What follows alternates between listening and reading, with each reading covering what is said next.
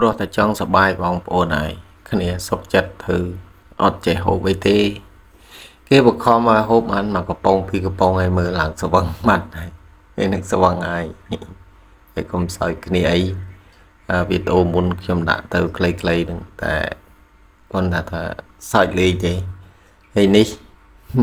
ព្រោះចង់ស្បាយដូចពូនេះហើយបាត់មកសើបាត់អីគាត់តគេរួចដែរទន់ហើយព្រោះចង់ស្បាយ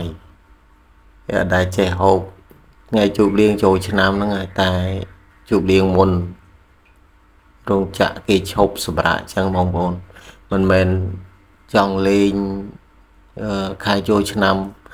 ខុសថ្ងៃខុសខែទេតែនេះថ្ងៃជប់លៀងបើទុកឲ្យដល់សំណងពួកយើងឲ្យបានជួបជុំគ្នាទេតែដល់ថ្ងៃគេសម្រាប់ទៅផ្ទះអស់ហើយហើយនេះគ្នាចេញ2ដងហើយនៅមាត់ទឹកចង់សបាយ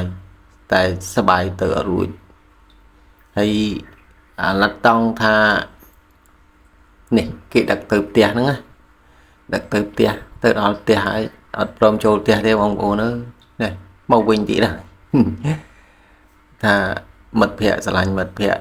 តើឡើមិត្តភ័ក្តិទៅដែរបានទៅអញ្ចឹងអរគុណបងប្អូនទាំងអស់គ្នាកុំយល់ច្រឡំថាគ្នានឹងផឹកគិតអីចឹងណាតាមពិតគ្នាហូបមិនតិចទេអត់មានហូបអីច្រើនផងហូបតិចហ្នឹងតែគ្នាមិនចេះហូបហើយដាក់ទៅគ្នាទន់ដៃទន់ជើងចឹងម្ដងទៅណាអរគុណបងប្អូនទាំងអស់គ្នាជម្រាបលា